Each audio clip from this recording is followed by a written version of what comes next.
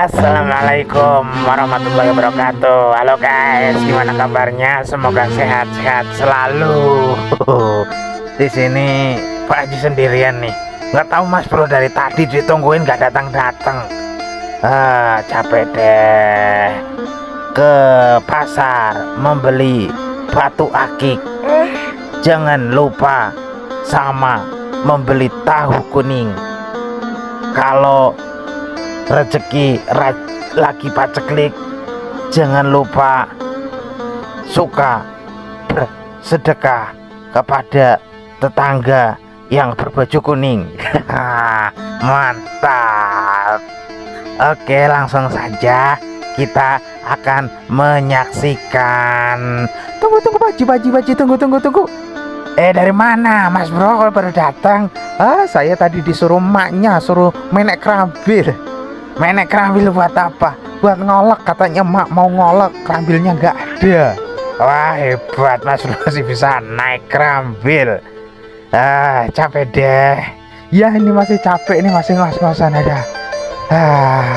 Naik kerambil, naik kelapa sih, sepatnya manjat pohon kelapa buat ngambil kelapanya. Iya, emang kalau puasa sore-sore enaknya takjil buka pakai kolak ya. Iya Pak Haji, kalau buka biasanya pakai apa? Ya saya paling pakai jus stroberi. Mantap Pak Haji pakai jus stroberi. Oke guys, langsung saja kita simak cerita mengenai Abu Nawas. Oke, jangan lupa sambil minum kolak.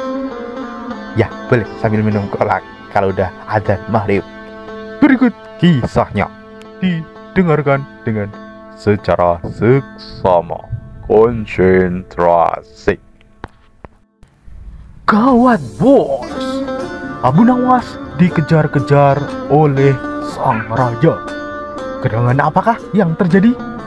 Abu Nawas yang terkenal sebagai penyair ulung dan canggih, dia menulis syair yang isinya mengkritik para penguasa.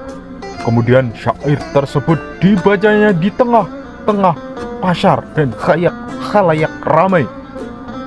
Kemudian salah satu pengawal istana kebetulan melintas di pasar tersebut, langsung merebut kertas yang dibaca oleh Abu Nawas. Aku akan melaporkan kamu Abu Nawas ke hadapan sang raja. Kamu telah lancang berani mengata-ngatakan kejelekan raja. Oh, silakan, balas Abu Nawas dengan cengengesan saja dan santai and woles. Maka pergilah pengawal istana menghadap sang raja, kemudian lapor kepada Paduka yang mulia. Lapor, Paduka, Abu Nawas telah berani berbuat lancang kepada Paduka raja. Sungguh sangat berani dia membacakan syair-syair yang isinya menjelek-jelekan baginda raja di tengah pasar dan layak ramai. Sontak Paduka merasa sangat marah karena disinggung dan dikritik terang-terangan oleh Abu Nawas. Memangnya apa isi syairannya? Hanya baginda raja semakin penasaran. Kemudian pengawal istana memberikan secari kertas yang berisi syair tersebut kepada baginda raja. Lalu raja membacanya sampai selesai. Ia pun menjadi semakin tambah murka kepada yang namanya Abu Nawas. Kurang ajar Abu Nawas, dia berani seperti ini. Aku akan memberikan pelajaran yang berat kepada Abu Nawas agar dia tahu rasa. Saya sendiri yang akan turun tangan menangkap Abu Nawas. Sekarang siapkan prajurit untuk ikut saya menangkap Abu Nawas. Lalu pun rombongan baginda raja mencari keberadaan Abu Nawas. Sementara Abu Nawas yang tahu dirinya dalam keadaan bahaya mencoba untuk kabur, lari, tunggang langgang dan bersembunyi hingga tak terkejar.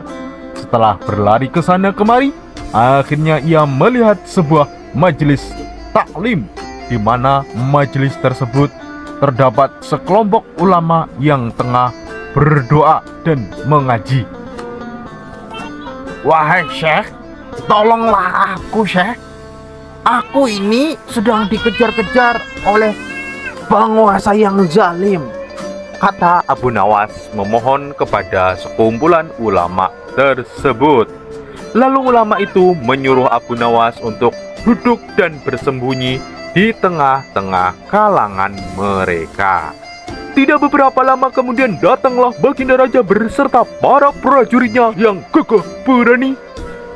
Awalnya Baginda Raja pun merasa segan dan bingung, gundah gulana, dilema, karena dia sangat menghormati kepada para syekh dan ulama terkemuka.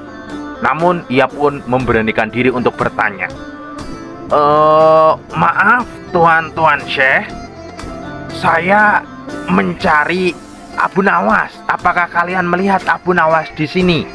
Tanya Baginda Raja kepada kumpulan ulama itu. Para ulama tidak mengetahui bahwasanya yang dimaksud oleh Abu Nawas dengan penguasa zalim adalah Baginda Raja sendiri. Dengan polosnya, para ulama tersebut menunjukkan keberadaan Abu Nawas yang ada di tengah-tengah kalangan mereka. Oh, Abu Nawas, dia ada di tengah-tengah kami, Paduka. Tenang, sekarang dia sudah aman. Dia sudah tidak bisa ditemukan oleh penguasa yang zalim yang sedang mengejar-ngejar dirinya. Aman? Maksudnya bagaimana? Baginda Raja tidak mengerti. Oh, tadi dia kan datang ke sini dengan lari terengah-engah. Katanya dia sedang dikejar-kejar oleh penguasa yang zalim. Mendengar jawaban tersebut, Baginda Raja menjadi bingung dan tambah bingung. Kalau ia menangkap paksa Abu Nawas saat itu juga, maka ia akan dianggap sebagai penguasa yang zalim tersebut di hadapan para ulama terkemuka itu. Sedangkan mereka adalah ulama yang sangat alim dan terpandang serta dihormati di seluruh negeri Baghdad.